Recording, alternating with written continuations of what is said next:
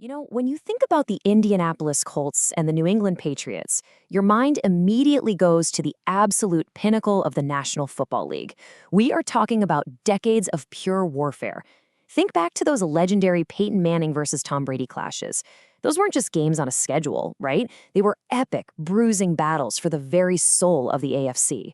Matchups that literally defined entire eras of football, forged Hall of Fame legacies, and punched tickets to the Super Bowl. But fast forward to today, and the stakes have shifted in a way that is almost hard to believe. When these two franchises face off tomorrow night at Gillette Stadium in Foxborough, we are definitely not watching a clash of invincible dynasties. No, we're witnessing a brutal, high-stakes collision of desperate men who are quite literally fighting for their professional lives.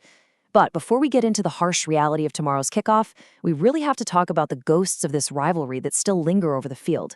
Just last week in Canton, Ohio, Adam Vinatieri took the stage for his Hall of Fame induction. And this is a guy who quite literally kicked his way to immortality for both of these franchises. He is the ultimate unifying symbol of this rivalry, a guy with a dual legacy that somehow connects two fan bases that historically despise each other. He got up there and delivered this hilarious, show-stealing speech that had the entire football world captivated. But what I find fascinating is what happened behind the scenes, far away from the cameras and the gold jackets. At 7 a.m., just hours after a celebration that went late into the night, Vinatieri's phone buzzed. It was a text from his former teammate, the greatest quarterback of all time, Tom Brady. He texted, "Man, that was awesome. You stole the show. It was really, really cool. I hope you have a hangover." It's just this brilliant cinematic reminder of the unbreakable brotherhood forged in the fires of those old championship runs. These are immortals, guys whose legacies are forever etched in bronze, casually joking around as the sun comes up over Canton. Now, of course, the media absolutely loves a controversy. So when neither Tom Brady nor Bill Belichick showed up in Canton for Vinatieri's induction, the sports rumor mill immediately went into hyperdrive. People started whispering about a rift, lingering bitterness, you name it, it was all over social media. But Vinatieri stepped up and swiftly set the record straight, and the reality is far less dramatic, though equally fascinating. He confirmed there is absolutely zero animosity. Brady was simply on a yacht in Europe with his family on a long-planned vacation for his birthday, and Belichick was entirely consumed by the relentless 24/7 grind of an NFL training camp. Both of those guys had reached out to Vinatieri well in advance to clear the air. They talked, they laughed, they celebrated his achievement from afar. The simple truth is they have nothing left to prove to anybody. Their collective status in the pantheon of football is absolute. All right, let's dive into part one. Preseason stakes, Colts versus Patriots. The contrast here is just staggering when you really sit down and think about it. On one side of the ledger, you have cemented legacies. Vinatieri, Brady, Belichick, men who can skip a Hall of Fame induction purely because they are already walking legends. But on the flip side, you have the uncertain, frankly terrifying futures of the 2026 Indianapolis Colts roster bubble. For the veterans, Canton is a lock. But for the young guys strapping on their helmets tomorrow night, a single missed tackle, one dropped pass, or a blown coverage assignment could mean the sudden, unforgiving end of a lifelong dream. They say the NFL stands for not for long for a reason. The financial cliff between making a 53-man roster and being relegated to the practice squad, or worse, being cut entirely and sent home, is mind-blowing. We are talking about the massive difference between securing generational wealth and having to update your resume on a Monday morning. Tomorrow isn't just a preseason game for these guys. It is a live fire and irritation.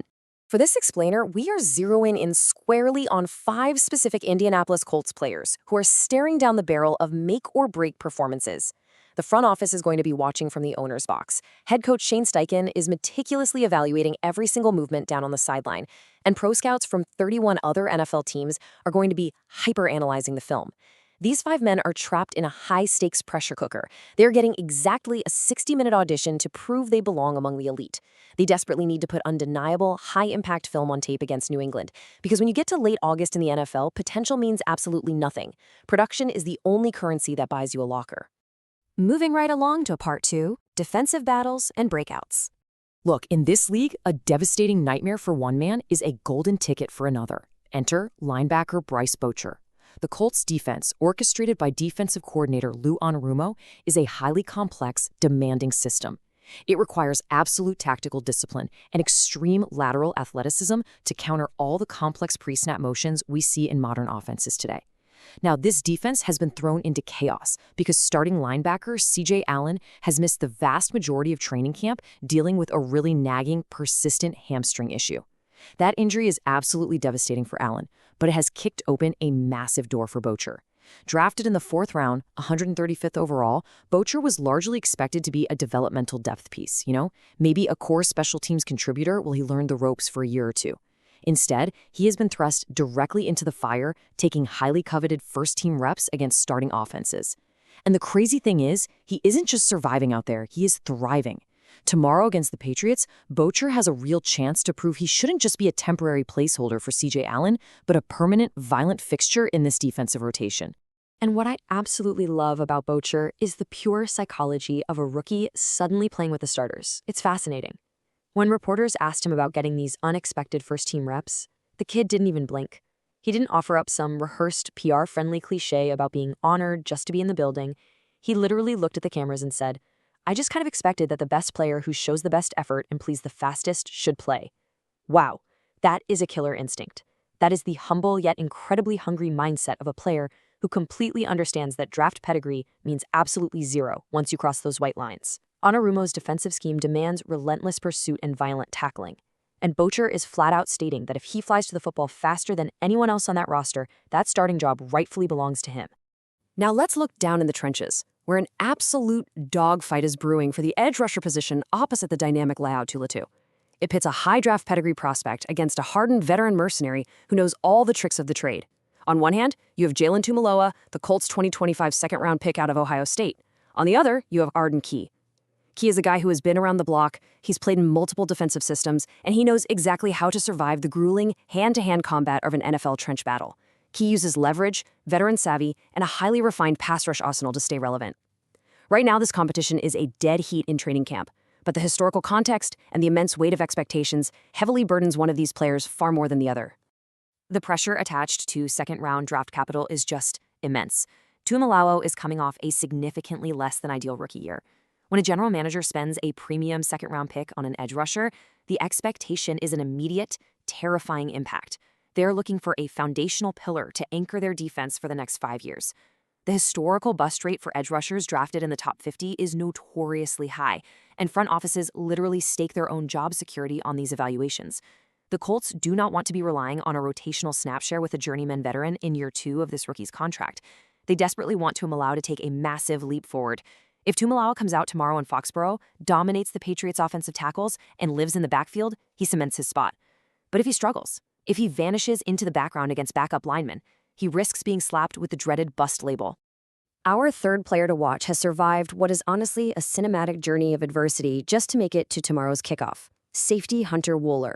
Just think about his timeline for a second. Drafted with the 232nd overall pick, the absolute final selection for the Colts in the 2025 NFL Draft. He is basically Mr. Irrelevant adjacent. But in the 2025 training camp, he defied all the odds, flashing absolute brilliance and looking like the undisputed steal of the entire draft. And then, tragedy struck. A devastating season-ending Lisfranc injury in his foot. Now, for a defensive back, this is uniquely catastrophic. A defensive back's entire livelihood relies on explosive planting, sudden changes of direction, and driving hard out of a back pedal. A Lisfranc tear destroys the biomechanical foundation of the foot, turning those explosive movements into agonizing, unstable efforts. It can legitimately be a career death sentence. But Wohler refused to quit. He battled through a brutal rehabilitation, dealt with a recent hamstring issue this camp, and finally made his triumphant, incredibly emotional return to action this Tuesday during joint practices against these very Patriots. So why does a former 7th-round pick returning from a devastating foot injury matter so much for tomorrow's game? It comes down to absolute schematic necessity. Lou Anarumo's defense is heavily predicated on elite safety efficiency. The scheme demands a safety who can diagnose complex route concepts instantly, read the quarterback's eyes, and come downhill with overwhelming violence in run support. Wohler possesses elite football instincts, he takes incredibly precise pursuit angles, and he has a proven innate ability to force turnovers. Even with the current assumption that third-rounder A.J. Halsey will be the starter at strong safety, an NFL defense absolutely requires a reliable, aggressive rotation to survive a grueling 17-game season.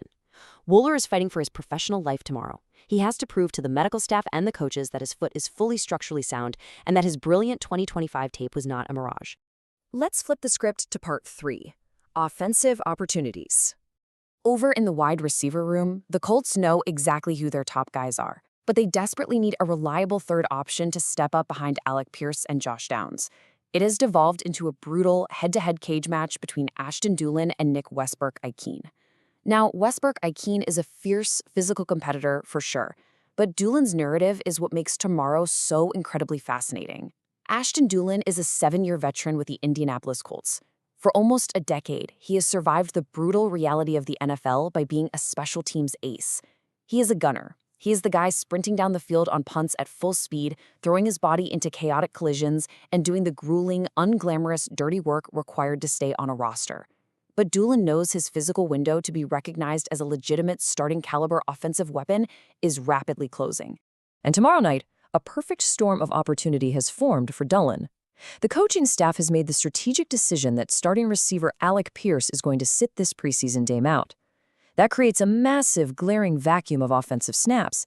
Suddenly, Dulin is going to be featured heavily in Shane Steichen's highly aggressive vertical passing attack. Steichen's offense thrives on clear-out routes, deep crossers, and exploiting specific coverage mismatches down the field. This is Dulin's ultimate audition for that system. He has always possessed elite track star speed and reliable pass-catching ability, but he has rarely been given the sheer volume of targets necessary to break into the prominent receiver rotation. Tomorrow, under the stadium lights, there are no excuses. The stage is entirely his. If he produces and creates separation, he shatters the special teams only label forever. If he drops the ball, he fades right back into the shadows of the punt team. All right, part 4, the quarterback question. This is the big one. This is a reality that is genuinely hard to wrap your head around. Anthony Richardson Sr., a player selected 4th overall in the NFL draft, a player who cost the franchise massive draft capital and was heralded as the undisputed savior of Indianapolis, is currently fighting for his life just to be the backup. Let the sheer weight of that sink in for a minute. According to the Colts' first unofficial depth chart, Richardson isn't even holding the clipboard securely. He is listed as a co-QB2 alongside Riley Leonard. It is not an exaggeration to say that Richardson's trajectory with Indianapolis has been a complete disaster up to this point. He has suffered through a deeply disappointing offseason marred by inconsistency. The fact that a physically gifted top 5 draft pick cannot outright beat out Riley Leonard for a backup job behind Daniel Jones is a glaring, blaring alarm bell. It is an absolute tragedy of unfulfilled potential that puts his entire future in the league in serious jeopardy. Head coach Shane Steichen has laid out a downright ruthless blueprint for how he will manage this explosive situation tomorrow. The starting quarterback for the regular season, Daniel Jones, is being kept out of harm's way entirely. That leaves Anthony Richardson as the undisputed starter for this crucial preseason matchup against New England. Steichen's plan is direct. Richardson will play the entire first half. He has exactly 2 quarters of football to right the ship. He must prove he can quickly process an NFL defense, move through his progressions, make the correct reads under pressure, and confidently lead scoring drives. The psychology of this is fascinating because the entire locker room knows exactly what happens next. When the teams come out of the tunnel for the third quarter, Riley Leonard takes over for the second half. It is a side-by-side, live-fire comparison. 2 quarterbacks entering the exact same arena against the exact same opponent, with the entire coaching staff grading their every single decision. Which brings us to a terrifyingly binary outcome with absolute consequences. On one hand, if Richardson can finally put things together, if he plays controlled, efficient football, limits his chaotic turnovers, and successfully utilizes his undeniable raw physical arm talent, he builds a much-needed piece of momentum. He saves his job, calms the front office down, and secures his position behind Daniel Jones. But consider the alternative. This is the darkest possible timeline. If Richardson reverts to wild play, if his footwork mechanics break down in the pocket, if he forces the ball into double coverage and fails to operate Steichen's offense smoothly, it might literally be the end. A disastrous performance will practically force the team to hand the backup duties to Riley Leonard. And if a former 4th overall pick loses a backup job to Leonard in his pivotal evaluation year, he doesn't just lose a roster spot. He risks being entirely cast out of the league as a catastrophic bust. And honestly, that right there is the beautiful, brutal reality of the National Football League. We started this explainer by talking about immortal legends like Adam Vinatieri and Tom Brady, men whose legacies are completely untouchable. But tomorrow night in Foxborough, there is absolutely no room for nostalgia. It is purely about survival. From a 4th-round linebacker fighting for a defensive rotation spot to a former 4th overall quarterback fighting just to keep his NFL dream from completely flatlining, the preseason exposes the unforgiving truth of the roster bubble. Every single snap matters. So here is the big question I leave you with today. If a former 4th overall pick can't secure a backup job against vanilla preseason defenses, is it officially time for Indianapolis to abandon the Anthony Richardson experiment entirely? Drop your predictions and thoughts in the comments below. If you want more deep dives into the cinematic drama of the league, make sure you subscribe, like this video, and hit that join button to become a member of the NFL Nexus channel. We'll see you on the gridiron.